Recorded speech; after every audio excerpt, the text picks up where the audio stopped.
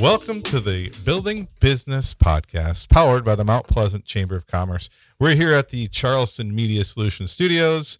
My name is Mike Compton with Roombo.co. We do strategy and branding and content production, and I'm here with Amanda Bunting-Coleman, the ABC Socials. Say hello, Amanda. Hi, I'm also the new marketing and communications person. Congratulations. For the Mount Pleasant Chamber of Commerce, so making my role official. Officially the marketing director? Is that what is the official title? For right now, I'm just I have the role of the marketing and communications. And guess what? You don't need a marketing committee now. How about that? I think that's where we're headed. Yeah. Hey, we have a very special guest in the house, Amanda. Who is this woman? This woman of mystery. My mentor, my first work colleague. We worked together for 12 years. She really doesn't need an introduction, in my opinion, but Jennet Robinson Alterman is a nonprofit consultant and women's right activist, advocate, and has a long history in Charleston. Her family noted lots of things. And what do you mean? What do you mean? How long? You can start with that. Tell them about I need to hear more about honorary degree at the College of Charleston and how that came about. How do you get it? Yeah. I want an honorary degree. What? Well, I was delighted. It was in 2008. Okay. And it was at the College of Charleston, yeah, which was the 90th anniversary of coeducation at the College of Charleston. No kidding. Even though it had been around since 17-something, it was all male. And if you think about what was happening in 1918 in America, yes, that was World War I. And so when we got into World War I, it became obvious that this all-male institution was going to lose a lot of students. So a group of ladies, they were the Pollitzer sisters, one of whom had been trying to get the college to go co-ed, went over and talked to the president of the college and said, what are you going to do? Your enrollment's going down. Yeah. Now is the time to include women on this campus. Mm-hmm. And it was Dr. Randolph, for whom Randolph Hall is named. Wow. And he basically said, and you could say this in 1918, that he didn't believe that women had the intellect to be able to succeed at the College of Charleston as students. Mm-hmm. And she said, well, I need something a little more concrete than that. So he said to her, well, we can't afford to put in a separate restroom facility for women, which would have to be staffed. So Carrie Pollitzer, who was there trying to convince him to let the College of Charleston become co-ed, said, well, what would something like that cost? And he sort of threw a number out there. And a lot of this I'm sort of, I am embellishing a bit, but the basics are correct. Mm-hmm. He said it would cost $3,000. Well, this conversation happened in 1917 in the summer. Mm-hmm. And she went out and raised $3,000. Mm-hmm. And in the fall of 1918, the College of Charleston went co-ed. That's an amazing story. She has tons of stories like this. And I didn't see that one coming, though. Yeah, you That's didn't, awesome. did you? And then he had to do it. And, of course, it's now the College of Charleston, I think, is over 60% female. Yeah. But that's a trend, yeah. I think, nationwide, that more women are in college situations than men. And I won't even begin to try to address that. Okay, so then maybe you can help me. I've been in search for the person to tell me why there are so many strong-minded, badass women in Charleston. I feel like there's a lot of women who have went up and above, the typical, right? Like just almost superhuman type of women that live here in Charleston. It's a combination of things. Okay. One is, this is, interestingly enough, a very traditional Southern culture. Yeah. And I grew up in this culture. So you were from here, your family? I was born and raised here. And generations deep. How back I'm are we first going? generation. First generation. Copy Very that. proud of that. Yeah, My parents sure. were Pat and Emmett Robinson, who are noted for their long community service in community theater. Oh. Dad was the director of the Footlight Players, and they performed in the Dock Street Theater. Cool. And so growing up, I had this role model for community service in both of my parents. My mother was a playwright and an actress. And so I grew up in what can only be described as a fantasy world. And then not a fantasy world, if you know what I mean. And I loved it. I loved theater from the beginning, and I still do. And I am delighted that portraits of my parents hang in the lobby of the Dock Street Theater. Cool. I'd love to see them there. Yeah. And very frankly, having an acting background really helped me when I went into a professional capacity, because I wasn't afraid of public speaking, because I'd been on a stage with, an audience. And for me, that was natural. And later I got into TV and as a news reporter, and I felt that same comfort in front of a television camera, because what my father gave me great advice. He said, don't look in the camera and say, oh, there are all these thousands of people watching me. Think of it as a family. You're talking to two parents and a couple of kids. So keep your syntax in such a way that everybody can understand what you're talking about. I'm using that. I'm like using that? I'm using that because I'm doing Disrupt HR next Wednesday, and I'm a little freaked out She about it. gave you some good advice. That's great advice. Thank you. Yeah. We can talk more. Oh, love that. That's what Brenna Lawrence, I was just mentioning. If you knew her, she's going to help me coach. She's coaching me up a little bit too. She's done that. She's done TEDx. Yeah. So I'm going to be in public speaking next Wednesday. Oh, that's excellent. First time doing it. Oh, you can do it. Like prepared speech type of thing. So. Oh, you have to follow it? Is it like a TED Talk? Correct. Do you have to? You have to say exactly what you trained. My husband did a TED Talk, and he was wonderful. But I watched what he went through, and I said, I don't think I'm going to do a TED Talk. I did the same thing. I went to TED Talk last week, and I saw it in person, and I'm like, no, I sorry, can't Mike. follow that set script. I've got to be able to be spontaneous. I'm a little nervous. Anyways, more about you. Oh, dear. So what college did you go to? Oh, that story. Well, I went to, I have to preface this. I went to an all-girls high school, Ashley Hall. Okay. Very lucky that my parents were able to send me there. And my mother in 1969, when I was looking at colleges, said I could not go north of the Mason-Dixon line. And she was from Pittsburgh, so I was going, what? But she knew what was going on in this country in the late 60s. And, of course, none of that trickled down to Charleston in terms of protests and things like that. So I started my college career at Mary Baldwin College in Stanton, Virginia.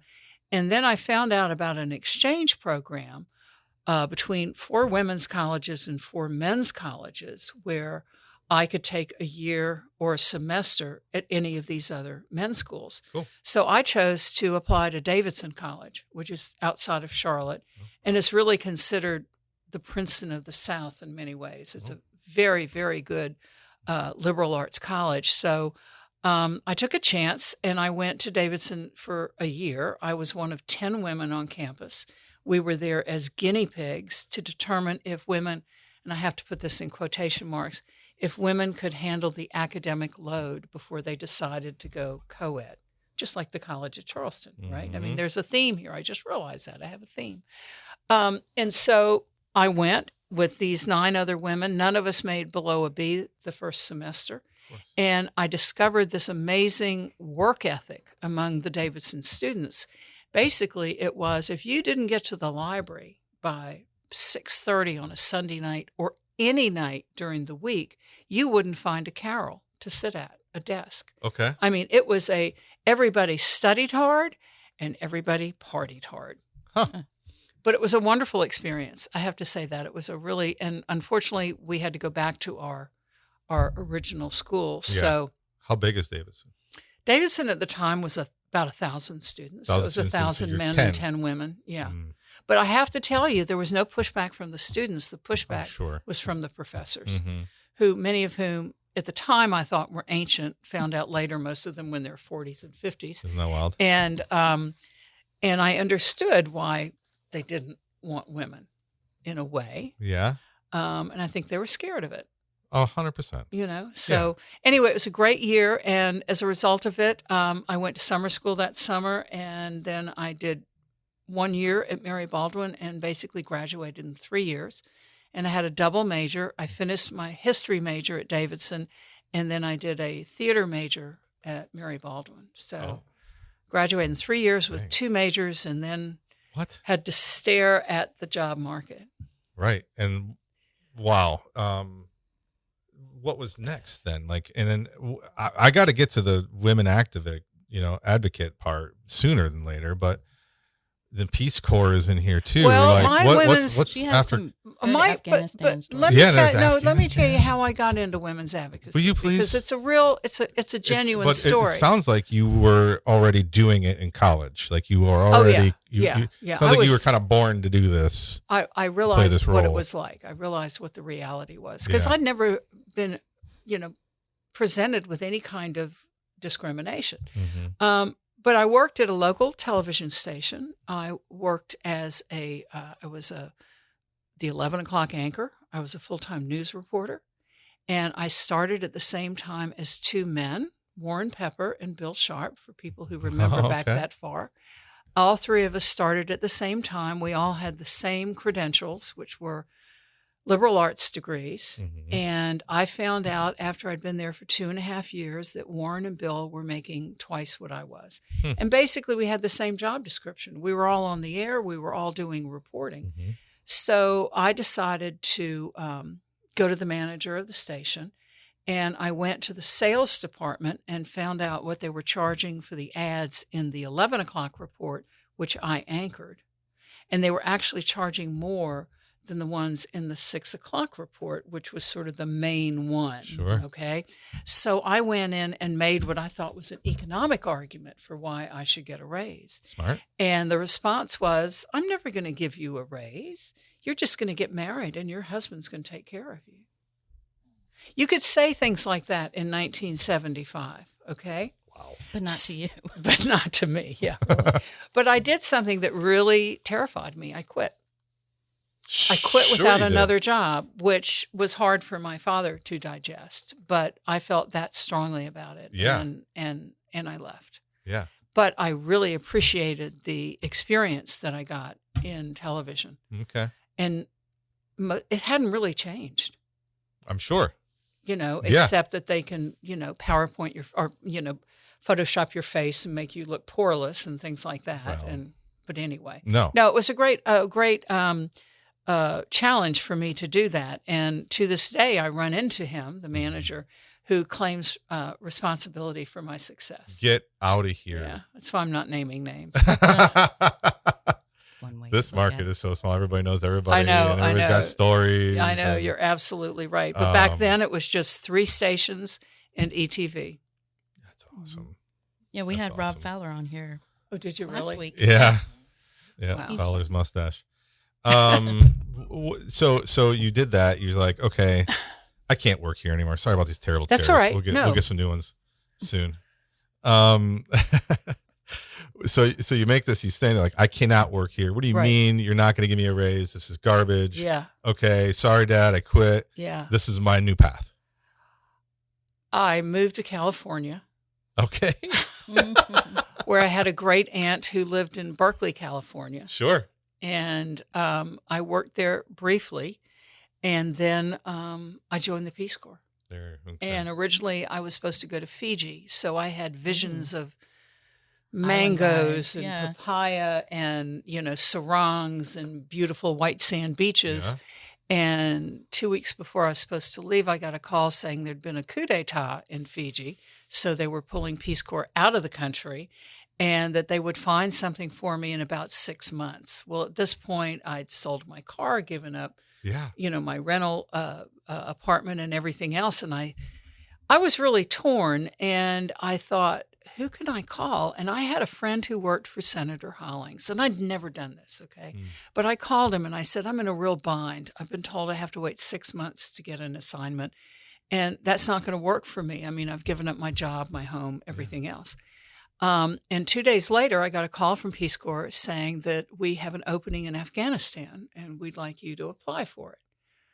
Afghanistan is not papayas and mangoes and sarongs and white sand beaches. It's not. It I've never is. been. It is a very rugged country, completely landlocked, mountains, an extremely conservative Muslim culture, and I don't think a papaya or mango had ever been seen in Afghanistan. But I said, okay, great.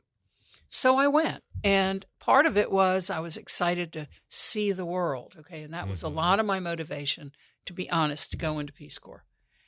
But when I got to Afghanistan and I was assigned to the Ministry of Health to work with midwives who were being trained in Kabul and then sent out to help in these rural clinics where primarily traditional midwives had been the ones to deliver babies in these rural areas. And they did the best they could, but basic hygiene was not part of the drill. And so I was tasked with going out with these trained midwives, and they would interview one of these traditional midwives, and I would videotape the whole thing. And then we'd take it back to the midwifery school where the students could see just the level of competence of these traditional midwives, who were extremely competent, but just didn't have a lot of the knowledge and the health education. So quickly, it became not about seeing the world, but understanding that this was a culture that completely disvalued women. Women were second-class citizens. Men were allowed to have up to 4 wives at the same time. There was no health education outside of the urban areas, very rugged countryside, so you could have a clinic 10 miles away, but if you had to go over one pass over another in the mountains to get there, you weren't going to see a lot of people make use of that. So I watched 12-year-olds have babies. And basically what happened in Afghanistan at the time, and unfortunately I think they're back at the same thing, once you went through puberty, a girl was allowed to marry. And usually someone that she didn't know who was much older. And that hit me like a ton of bricks. And Amanda will tell you I have this copy of the National Geographic cover of the young girl in Afghanistan with the haunted eyes. Came out in like 1985. And I've kept that with me to keep me honest about what I'm doing. So during the course of that whole time, I realized just how bad it was for women in Afghanistan. I spent time in Pakistan. I spent time in Nepal. I spent time in India. A lot of the same things were happening. So that really kick-started my women's advocacy passion. And then you came home. I came home after there was a coup d'etat in Afghanistan. Oh, yeah. And I'm telling everybody, if you haven't been through a coup d'etat, you haven't lived. And I'm sorry, how old were you at this point? I was 24. Oh my gosh, all this life lived at 24? Yeah, I know. Well, it was serendipity too, because then I realized just how authoritarian a government could be and how quickly that authoritarian government could be overthrown, which is what happened, and they were overthrown by the Russians. And that began the whole Russia-Afghan war, which went on for 20 years. The Russians figured out they weren't going to win. They left. And the last group standing of the rebel groups was the Taliban. And the Taliban had been successful because they brought about law and order. And so when it got right down to it, the Taliban ended up on top running the country because the other groups were so disorganized. And it went on from there. And I followed this for, the 50 years since I've been there. What's going on. And if you look at it now, it's even worse than when I was there. And I will say that when the U.S. pulled out of Afghanistan so quickly, it broke my heart. It really did. Okay. Yeah. Now, remind me, Jennet, when you worked for Nancy Stevenson. Was that before or after Peace Corps? After Peace Corps. Okay. I came back to Charleston, and a friend of the family, whose name was Nancy Stevenson, had been elected lieutenant governor. She was the first woman elected statewide in South Carolina. That's awesome. And I'd come back from Afghanistan, and I knew her because she and my mother wrote murder mysteries together. Oh. And Nancy called me from Columbia and asked me to come up and be her press secretary. which I was a little reluctant to do because I didn't have really a whole lot of knowledge about Columbia. But again, my father stepped in and said, "Oh, it's a great experience. You've got the military, you've got the legislature, you've got the universities. It'll be a great experience." So I took the job. And Nancy did not have an easy time of it. Even though all the Democrats were in charge, you had a Democratic governor, a Democratic legislature, it was still, nobody had seen a woman in that level of a position. So it was hard for particularly a lot of the older male legislators to accept that. Mm-hmm. And it was tough. I mean, it was uphill, the whole time. But we got through it, and we wanted to show the world and the legislature that women can contribute very positively to the discourse around legislation that can affect people all over the state. Press secretary at 27. Maybe? You're good at your math. Yeah. Yeah. Wow. You're not going to keep up that math. No. Okay. But good. I'm just saying, that's a lot soon, Yeah. right? How long was that the full term? It was. 4 Well, years, I came in a year into her term, and I did that until her term ended. And because the current governor at the time, Dick Riley, had gotten a referendum passed that amended the state constitution to allow the governor to serve 2 terms. At the time, it was only 1. Okay. And Nancy actually was going to run for governor because it was a 1 term at the time. And he grandfathered himself into the new policy to allow governors to serve 2 terms, so he was able to run again, which basically cut Nancy out of it. And she didn't want to wait around for another 4 years, so she ended up running for Congress. That didn't go well. And basically, we really didn't see her in the political arena much after that. Bummer. Yeah. As press secretary, I can see, and tell me if I'm wrong here, you and Nancy and a team, probably of women, maybe a couple dudes in there, maybe, going over your game plan on how to fight this monstrosity that you're fighting right now, this unequal nonsense that's going out there in the world. Like, what does that look like in the room? Like, I want to be in the room with you guys. Well, I'll give you an example, and it was really just 3 of us. Okay. Myself, Nancy, and Melissa Burnett, who is an awesome lawyer. Okay. Equal rights lawyer in Columbia. And really the parts that we had to be on our feet for was when legislation was introduced that would not be particularly supportive of women. And I'll give you a great example. Phyllis Schlafly. Okay. Phyllis Schlafly was this amazing woman who created a career out of fighting the Equal Rights Amendment. She was a very conservative Republican, and she literally made a career for herself going around the country. Every legislature that was asked to approve the amendment to the Constitution, the U.S. Constitution, to create equal rights for women, she went to every legislature as they were debating it. She came to the South Carolina legislature, and I'll never forget it. She brought cookies, warm cookies, and handed them out to all the members of the South Carolina House at the time.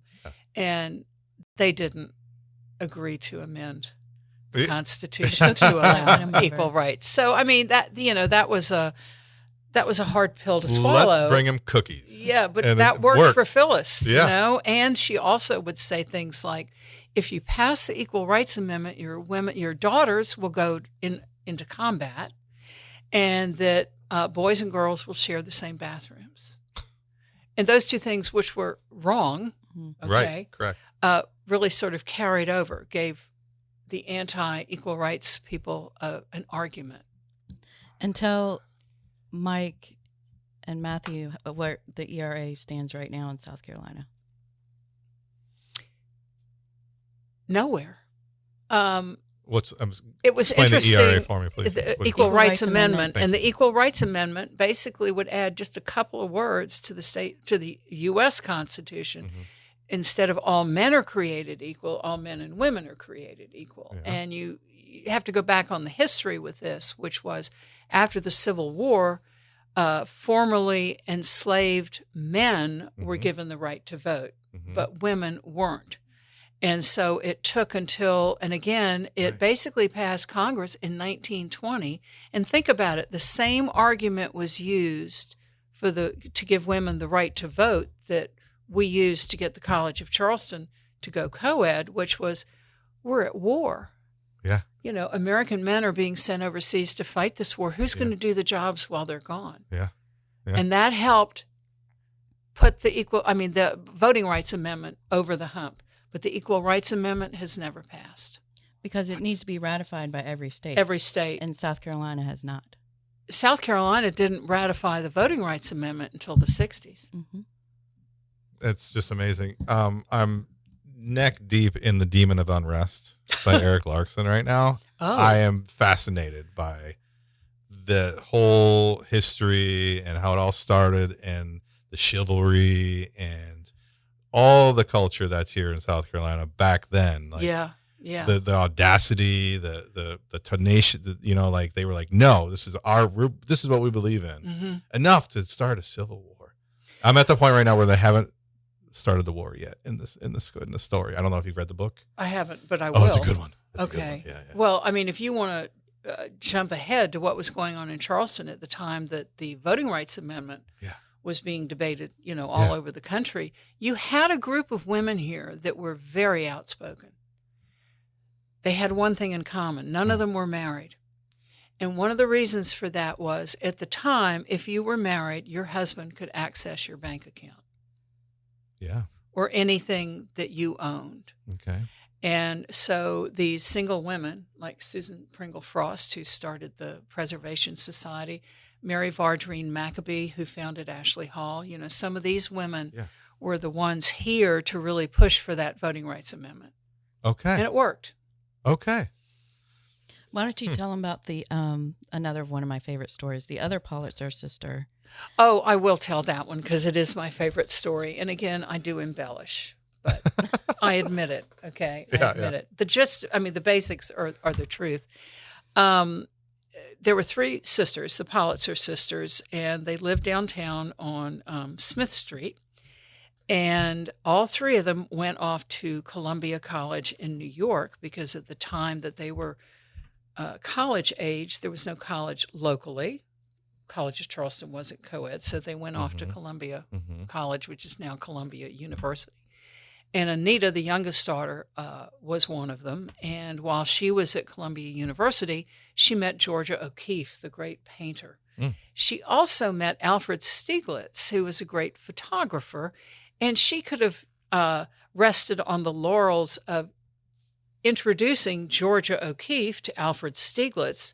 They had this wonderful, long-standing affair and produced amazing art as a result. Okay. But Anita decided to get involved with Alice Paul and the women's rights movement in Washington. They were working to get this Voting Rights Amendment passed. And so Anita got brought into it. And Anita was a petite little woman, dark hair, and beautiful.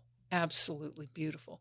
So Alice Paul, who was the Quaker leader of the women's movement at that time, would send Anita out to the different state legislatures as they were debating the Voting Rights Amendment and send Anita out to give all the reasons why this amendment should be passed.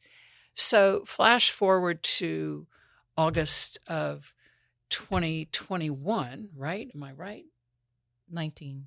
I mean, 19. Yeah, sorry. yeah, please edit that. Yeah.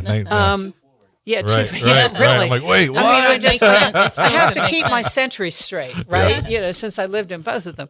Right, exactly. So Same. it got down to the point where they needed 36 states to ratify this amendment, and they had 35. And the next state to take up the amendment was going to be Tennessee. And they sent Anita to Tennessee to lobby the Tennessee legislature, which of course was all men, all white men, on the importance of passing or ratifying the 19th Amendment, allowing women to vote. And she met with them. She tried to convince them. they then realized that in the Tennessee State Senate, which was the body which would consider this, there was one they thought holdout, and his name was Harry. And Harry was very young. I think he was 23 or 24. And Anita had dinner with Harry like 2 days before the vote, and she could not move him. So come the day of the vote, the Tennessee State Senate, they're there. They all march in. There are about 40 of them. 20 go to one side and 20 go to the other as in supporting and being opposed to it. And Harry was in the group opposed. And just before the vote, a Western Union messenger boy came in. And this is back in the day where you would send a paper telegram to people to get in touch with them. Yeah. And the Western Union messenger boy came into the Senate and walked over to Harry and handed him an envelope, a telegram. And Harry opened the envelope, read the telegram, and he folded it and he put it in his pocket, and he walked across the room and took his vote to the pro side. And Harry was the defining vote because Tennessee then ratified the 19th Amendment, giving women the right to vote. Amazing. The telegram was from his mother. And when Anita couldn't make any headway with Harry, she contacted his mother. And is that brilliant or what? No. His mother sent a telegram basically saying, Sonny boy, you need to vote for this. I would like to vote before I die. Impeccable timing there, Mom. Exactly. And Anita Pollitzer thinking outside of the box. Very much so. We love that story. Yeah, we do. And there's a plaque that's right. For the Pollitzer sisters on Pitt and Smith? On Pitt Street. Yep. That we put up in honor of the three of them. Yeah. And I will tell you a funny story about that. We put it up, and the next day, 2 days later, that we were going to have a big unveiling, and the press were coming, and we had all sorts of dignitaries. And so the city put it up, and the next morning, the person whose house it was in front of, the Pollitzer, former Pollitzer, called me and said, the marker's gone. I went, what? I forgot about that. Oh, you don't remember? God. I remember now. I had a heart attack. She said the plaque, and I lived right near there, so I ran over there, just a hole in the ground, and I thought, what am I going to do? So I remember coming to the office and telling Amanda that, and basically I thought, all right, what can I do? I contacted the 3 female anchors. Okay. At the 3 main stations. Yep. And I said, would you lead with this? That somebody has stolen this plaque and we would love to have it back. Not just a plaque, it was an official historical marker. Yeah, it was on a pole and everything. I mean, we went through all the hoops, and then we had to raise the money to pay for it. So anyway, and then that afternoon, you'll love this, the president of the College of Charleston at the time, because this house was right in the middle of the College of Charleston, called me and said, if you don't have it back by tomorrow, I personally will pay to replace it. Okay.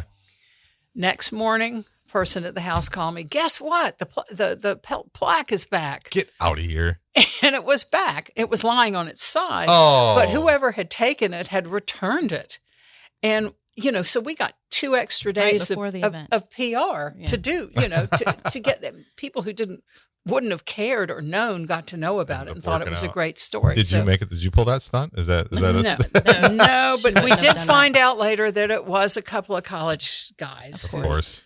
Who had taken it, and the word got out around the campus, and I think that there was a certain amount of peer pressure exhibited to get it brought back. Kidding. So, when does the Charleston Commission of Women come into play? Actually, that was, and I'm real bad on remembering years, when John Tecklenburg was first elected mayor. I had by then left the center, and I was running my own consulting business. He resuscitated the Charleston Commission on Women, which had been in effect in the early or mid 70s. And Joe Riley, for whatever reason, didn't continue it. So John decided to bring back the Charleston Commission on Women. And he asked me if I would chair it. And I said, I'd be delighted. We had women apply. We had about 15 women on there. You were on it. Thank God, goodness, Amanda was part of that group. And we met and we talked about, what were the issues really facing city employees, particularly women city employees. And one of the things that was a big issue and continues to be a big issue was paid family leave. Oh, yeah. Okay. Think about that. You have maybe 2 weeks of annual leave and 2 weeks of sick leave. But if you're pregnant and you need to, say, go on bed rest, or you have a family member that you're providing care for, is there some way that you can take extra leave and be paid for it? Paid family leave. Yeah. And it had been discussed a lot, particularly on the national level as well as the state level. And a lot of countries already had it. I'm sure. It was just sort of standard. Yeah. So we discussed this as a commission and decided to take it on. Oh, and we made the recommendation to Charleston City Council that they adopt a paid family leave policy, which we wrote up. And the director of HR at the time for the city supported it. And City Council approved it right before COVID. Now, there is a policy in place, and I have made sure of that. It's not quite the one that we had asked for. We wanted a 12-week policy, and that got cut back to 4, basically to be in line with what the state had passed. And the state used our Charleston Commission on Women's strategy to work with the legislature on that. That's amazing. Yeah, I was really proud of that. That's impact. Yeah. Yes. Well, You and guys, it's that's community impact. It is community impact, and it says to your employees, because it's not just women employees. If you're a male employee and your mother's in a nursing home and she needs you to come and take care of things for you, deserve to be able to take paid leave for that. Yeah. And the sandwich generation, dealing with small children and dealing with aging parents. I think that's where I'm at. There you are? Yeah. Yeah, I got. Do you get paid family leave in your business? My parents aren't aging though. Don't tell my mom that. You get paid family leave in your own company? No, yeah, do you? No, we need to adopt that I'm serious. though, George. You ought to look at we need to adopt that. Yes, I can help you with that. I'm sure. Well, how can we help the Center for Women? And can you talk about that, please? The Center for Women doesn't exist anymore, so that's a sad story. I'm sorry. 5 years after I left. Okay. Yeah. Okay. So the beginning of that, though, But you were every day we talk about it. Every day people come up to us Yeah. and say there needs to be a Center for Women. We miss it. I assume there is a Center for Women. Nope. How can there not be No. a Center for Women? Well, it was when Amanda and I came in 2001, the center had been through a variety of transitions. And, having done the kind of work I did prior to that, which was traveling a lot to third world countries and working with women in development, I had a pretty good idea of what was needed here. Sure. Particularly around empowerment. Yeah, you've been doing it since you were 25, right? And empowerment, encouraging women to start their own businesses, giving them the support they need to start their own businesses. And we had a really strong program going for that. And unfortunately, it didn't continue. And I think there's still a great need, and that might be something that the Mount Pleasant Chamber wants to look at. We have a women in business program. There you go. Called Rise. And Rise. And Reach, Inspire, Support, Empower. You had something to do with that. That was before me, but I just helped promote it. Yeah, right. Oh, good. No, but it's true. And a lot of what women need when it comes to starting their businesses is not just the basic business skills, but what are called, and I hate this, soft skills, which are the ability to handle difficult people. Yeah. How do you negotiate effectively?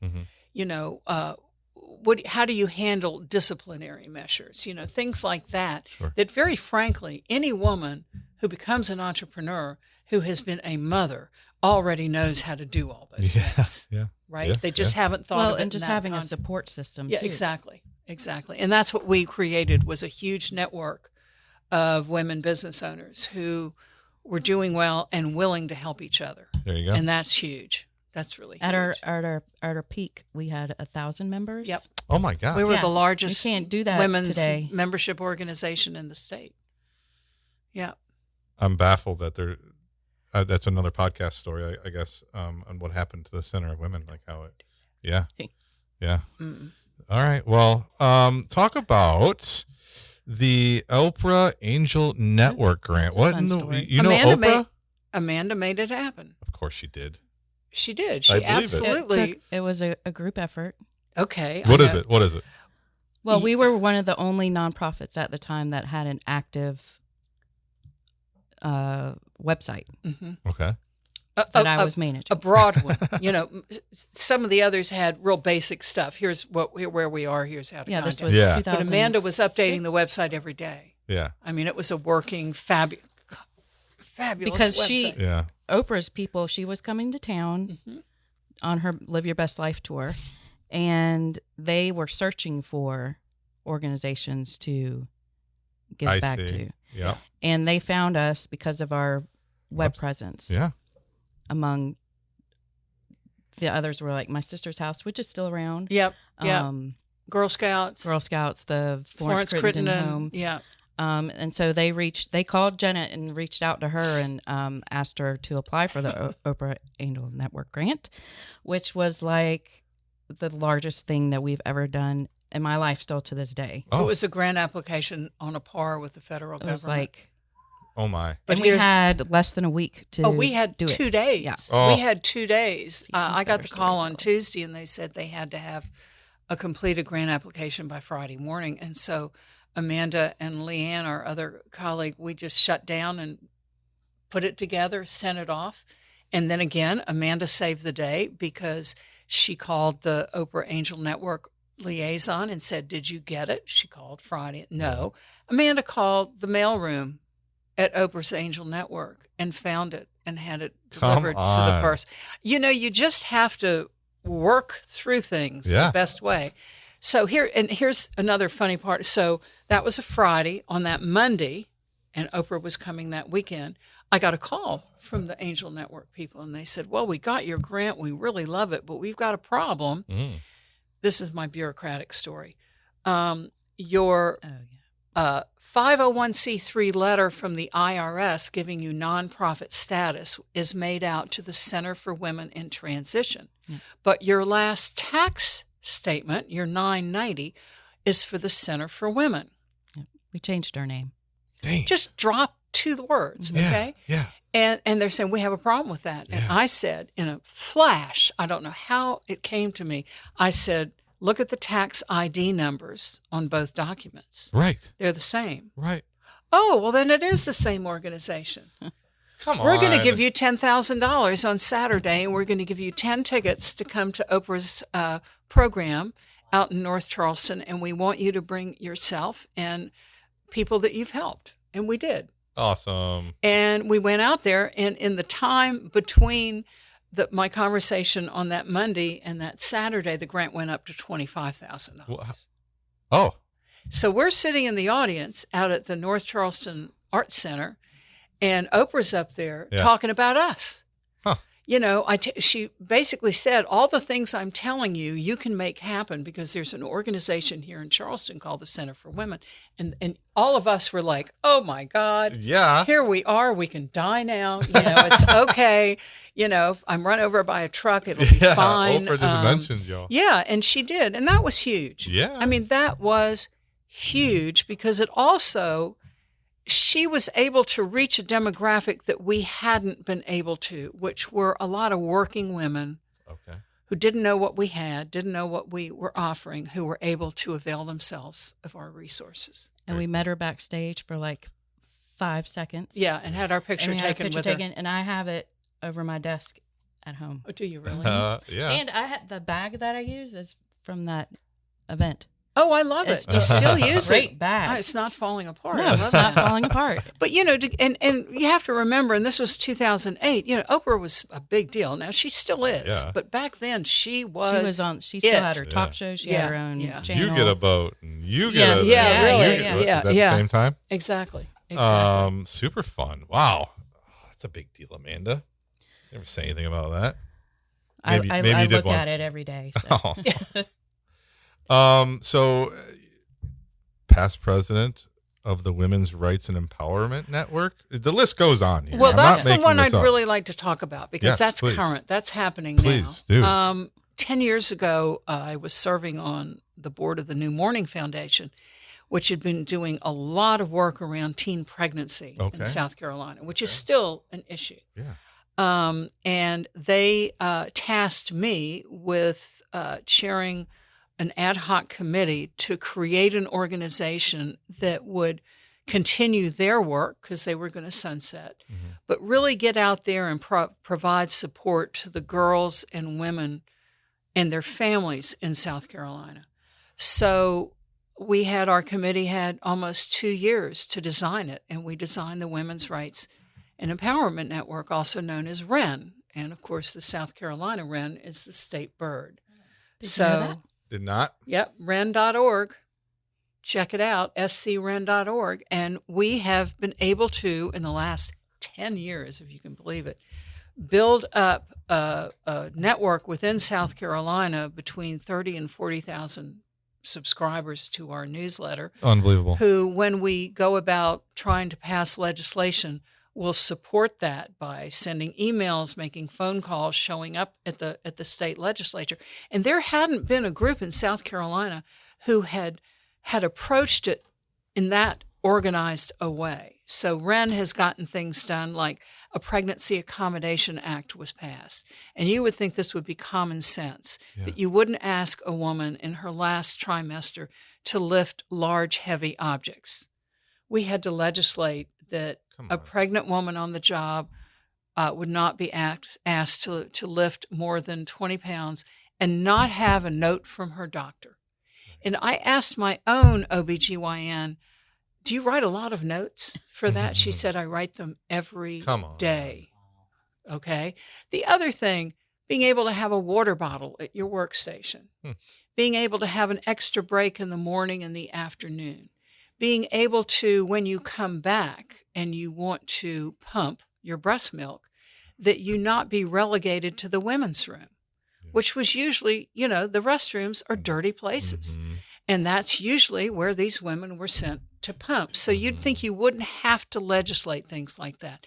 But we did, and we got it passed. We also got passed legislation that at the time, women inmates who were pregnant, when it came time for them to give birth, they were shackled. What? You heard me. Wow. We got legislation passed that said you cannot shackle when are you getting this pregnant passed? women. What years are this? This was in the last 10 years. In the last 10 years. In the last 10 years. Okay. And, I don't know many women who in the middle of labor could get up and run out. But that was the thought of they didn't want them to shackles. Yeah. Other things we've done have been paid leave for state employees. We led the charge on that. We also worked to get a bill passed that where kids in schools were given different meals when their parents hadn't paid up on the lunch bill, that they get the same meal. So you wouldn't have what was called lunchroom shaming. Yeah. It was obvious when kids' parents hadn't paid the bills.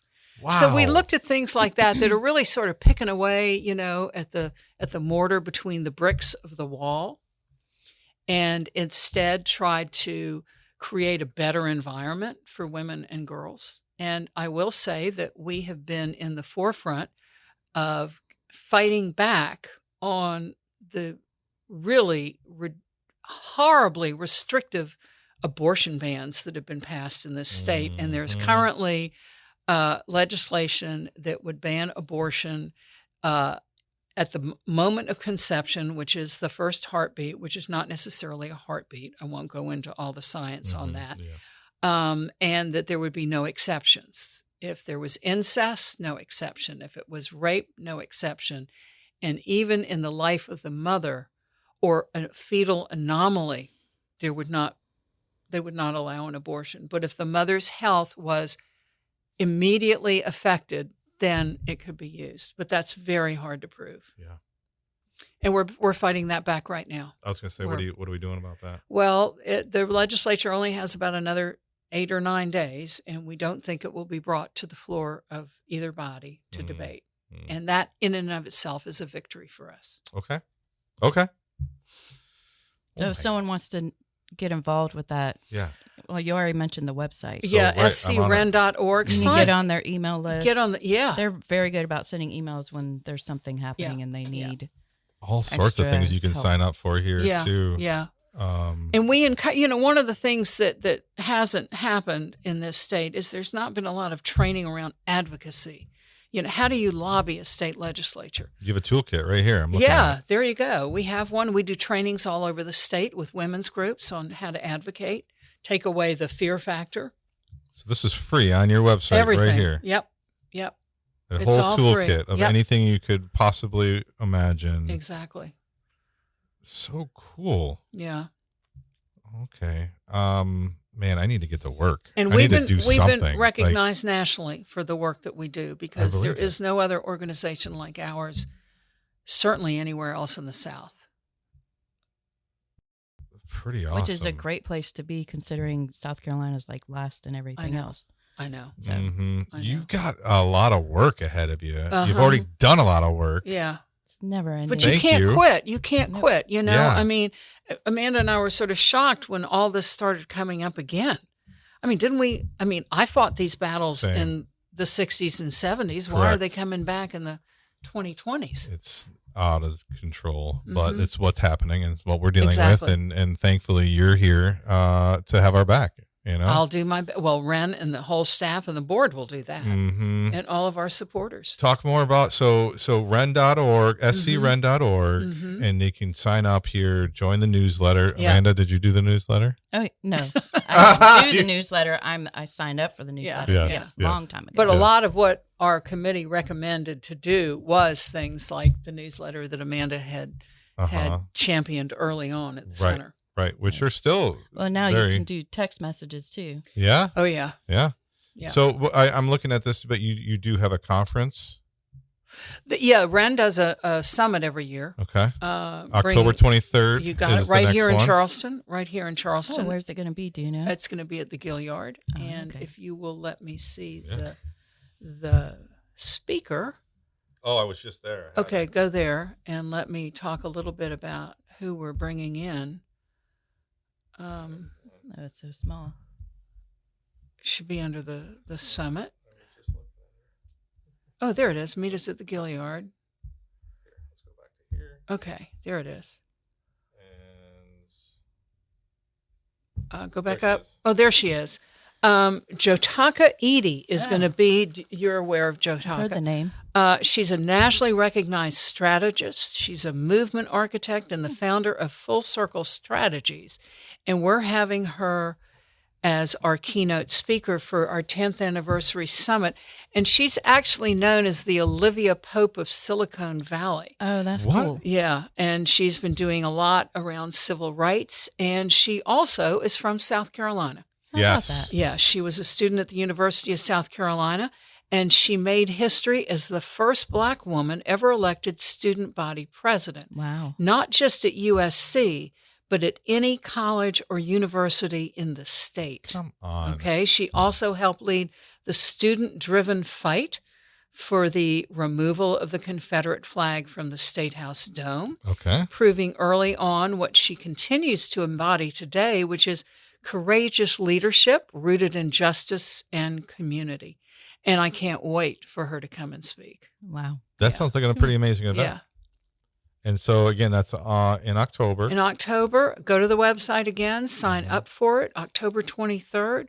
It's our 10-year anniversary summit. We'll have breakout sessions on a variety of issues, and I think there'll be something for everyone. Lovely. You're doing great work. So kind of wrapping up our conversation. I mean, because we could talk all day. Right. I'm sure you could share so many stories, and what you're doing is so important to everybody, not just to women, but to society in a whole, right? So thank you for all that. And Amanda, thank you for bringing her Of course. I always to the show. Thank you for having love me. having Jennet whenever I can. Aw. Yeah. She neglected to say not only were we peers, but we're friends. Yes. Yes. we are. Yeah, you can definitely tell that. So what we do is we kind of end each one of our segments with some fun questions. Okay. Yeah, and you can answer them if you want. If you All not, right, you can all just right. tell me to go That's go fine. places. If you weren't doing this work, what would you be doing?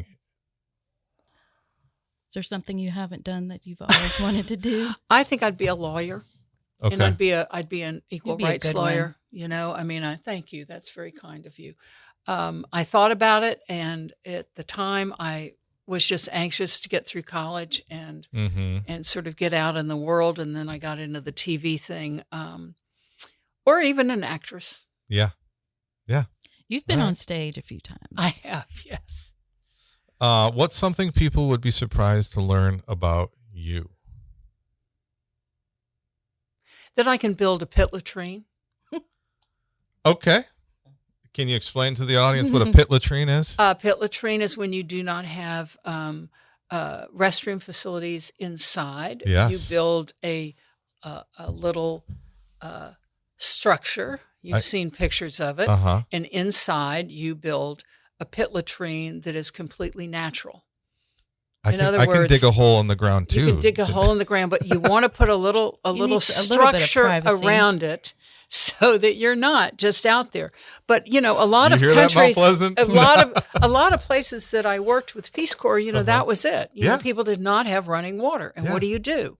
You create an alternative. Lovely. Love that. It's something it does surprise me that you know how to do. You're right. What's something bringing you joy right now besides sitting next to me? Well, sitting next to Amanda. And Matt. But I have to say that what brings me joy right now is seeing my nieces and other young women really paying attention to what's going on.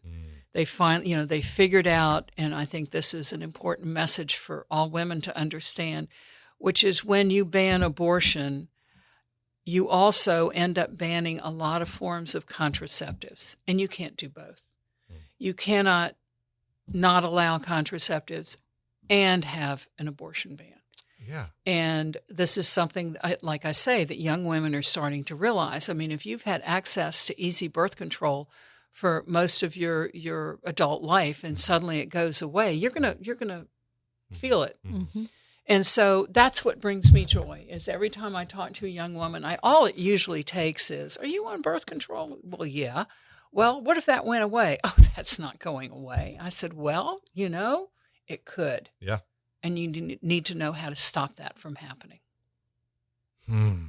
So good. I want to, your marketing team has got to be pretty awesome. Like, no? Oh, for Ren? Are you kidding? Oh, my goodness. It's top notch. Yeah. Top notch. I'd like to be the fly on the wall there, listening to the strategy that goes on with Ren. Yeah, there's a lot of that. And all of that, those stories that you have to tell. Like, that's a small story that you have to tell on a mass scale. Who inspires you today? And you're pretty inspiring. Amanda. Okay. And what she's been able to do. Yeah. And I've watched every step of it. You should blush, but because I mean it. I mean it. You have beat all the odds. You got out there and you said, this is what I'm going to do. And she's done it. And she's been very successful. And I'm delighted that the Mount Pleasant Chamber has seen that. And I'm sure others, your clients, are happy. Inspire me today. Lucy, Jack. No, I think that when it gets right down to it, the people that inspire me today are single mothers who somehow make it, who somehow are able to provide childcare, who are able to have a job that puts food on the table, that work against the most amazing odds and still succeed. Yeah. Love that. We know lots of them. Yeah, we do. I'm sure. We do. What's your best advice for enjoying the journey a little more? And this is our last question for the Mount Pleasant Chamber. Oh. I guess I didn't see that question. What's the best advice for enjoying the journey a little more? Don't get your knickers in a knot. Here they come. And this comes with a little vignette. When I was at the end of my time in Afghanistan, I mentioned that the Russians overthrew the Afghans, and there were MiGs flying over my house, and there were tanks in the streets, and I had a whole group of volunteers because I had a house that had a little yard, so everybody came to me. And I went up on the roof of my little, literally mud house and watched this and thought to myself, this is redefining what the word overwhelming tells me. This is overwhelming because life and limb might be at risk. Mm-hmm. But anything where life and limb are not at risk are merely whelming. Lovely. Yes. Yeah. Profound, says Matthew. Oh my gosh. Oh, okay. That's amazing. We're going to stop right there. Thank you very much for your time. You're very welcome. Amanda, will you, Don't we have some sponsors to do you have anything to talk about with, yeah, we've got the Viking merger and acquisitions. They're sponsors. Yep.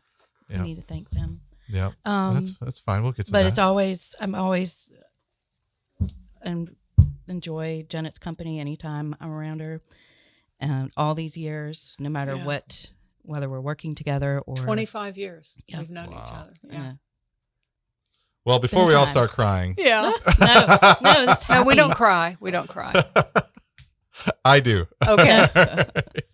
Thank you again for everything you do. Thank you for your time. Can't wait to keep in touch with you and see what you're doing in the future and all the change. My gosh. Like I said, thank you for giving me the opportunity to talk about things that I consider really important. Yes. Good. Glad. They're still important. People need to. Yeah. Yes. Even now more than ever. That's right. That's right.